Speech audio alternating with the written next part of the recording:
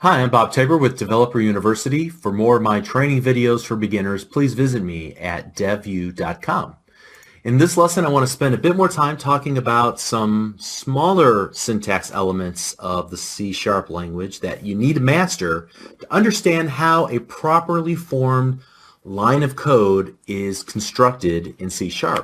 And in one of the previous lessons, almost like the first lesson, I said something to the effect that just like you use a period or question mark or exclamation mark at the end of a sentence in English to complete a thought, you also use a semicolon at the end of a line of code in C# to denote a complete thought. And kind of to extend that analogy a little bit, I may have briefly referred to C# syntax as having nouns and verbs. So I want to elaborate on these sorts of things and clarify what I mean by that in this lesson. So I'm going to talk about the basic building blocks and I guess you could say parsing the parts of speech in C#. So let's start off at the beginning. Statements are what you call complete thoughts in C#, typically one line of code. A statement is made up of one or more expressions. And expressions are made up of one or more operators and operands. So we've seen a number of statements and expressions and operators and operands already, whether you realized it or not. So as we're taking a look at some of the previous work that we've done, here I've got the variables project from a previous lesson opened up. And so for example, you can see that essentially each line of code is a statement. Each of them are made up of one or more expressions. So here, for example, is an example expression. This happens to be a variable declaration statement made up of a operator, which in this case is a keyword int for the data type integer, and then an operand, in this case a variable name. We also use another operator, the semicolon, for the end of the line of code. Another example would be here where we have an assignment where we're actually calling a method. So here is an operand. It is the name of a class. And we're using the open close parentheses. Remember, these are operators. This is the method invocation operator. Then we're using another operator here, the assignment operator, to assign this expression, the value of this expression, to another operand, the name of a variable that we created. All right. So if we were to look through the code, we could continue to kind of parse out and understand what makes up operands, operators, expressions, and then entire code statements. Now, operands are similar to nouns. They are things like objects and classes and variables and even literal values. These are the subject, I guess you could say, of your statement of code. And they're pretty easy to remember because typically you give them names, you define the values yourself, and so on. Now, operators are similar to verbs. They are things like the addition operator or the string concatenation operator. These are things that act on the operands in order to perform some action. And typically you're going to use the built-in operators, although you could create your own operators, kind of a little bit of an advanced topic, but there are actually quite a few built-in operators and you're going to need to memorize many of them. That's how you come to express yourself in C#. Now fortunately, as you start out, you probably only need to know a handful to be productive.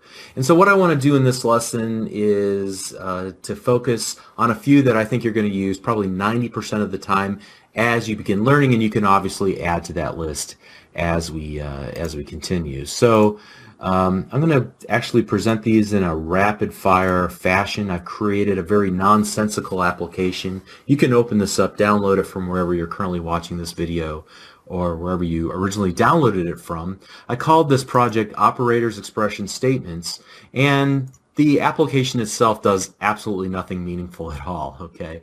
And so all it really does is kind of show you some examples of the various operators and expressions that you'll come across whenever you're working in C#. All right, so at the very outset here, you can see that I have a variable declaration. We talked about this already. I did something a little bit different this time, where I've declared several variables all up front as integers. So X, Y, A, and B are all defined as integers. Just wanted to show you something a little bit different there. By separating them with commas, it's an easy way to just to declare several variables of the same type all on one line of code. Now, I typically don't recommend this, but you might see this around in use in books and on the internet. All right, so next up, assignment operator. We've already seen the equal sign at work in that capacity. Note here in line number 22 and following that there are actually many different mathematical operators. We're only looking at the most basic ones, but there are also some advanced ones as well. But here we have addition and subtraction, multiplication and division.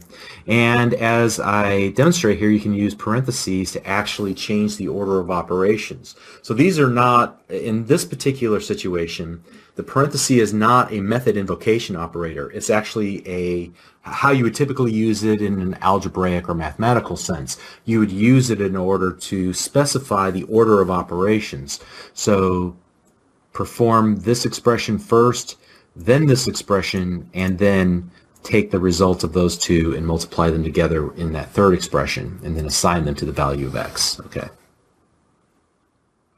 And then there are operators that are used to evaluate. We've already talked about the equality operator, where we're using two equal signs next to each other to make sure that these two items are in fact equal. Here again, we're using parentheses in yet a different capacity to define the boundaries of our expression that will either equate to true or false. So x equals y is either true or false. We can use greater than, we can use the less than operator, we can use greater than or equal to, less than or equal to. All of these, again, should produce a true or false result.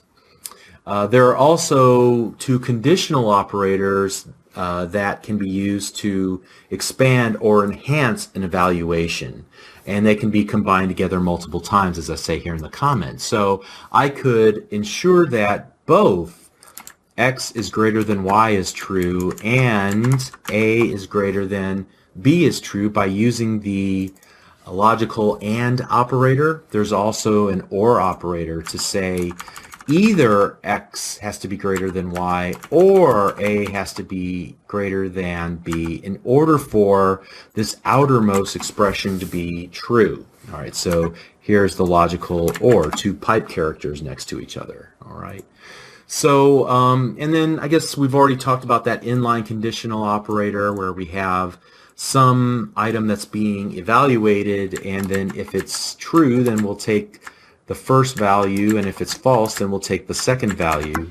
And in this case, we're assigning either car or boat into this message variable's value. And then also wanted to talk about member access and method invocation. We're going to talk about object-oriented programming quite a bit later on in this series of lessons, but we've already said how the console was a class, and classes are containers, for a lack of a more robust definition, for methods, and the way that you access a member method of a class or an object is by using the dot or the period. That is the member accessor operator. Furthermore, we talked about the method invocation operator. Here we are invoking a method called WriteLine by using the opening and closing parentheses. And in this particular case, we're passing in an input parameter.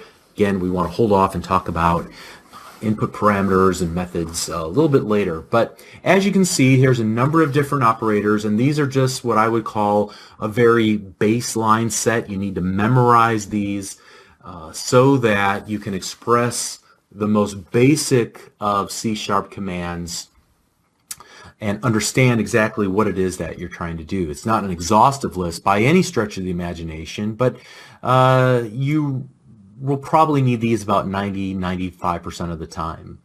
And then you can expand your vocabulary of other operators and keywords over time. So in each of these cases that we just looked at, an expression is made up of a combination of operands, which are things like the literal strings and variables, and objects like the console class itself, and operators. So things like the addition operator, string concatenation operator, equality, assignment operators, and so on.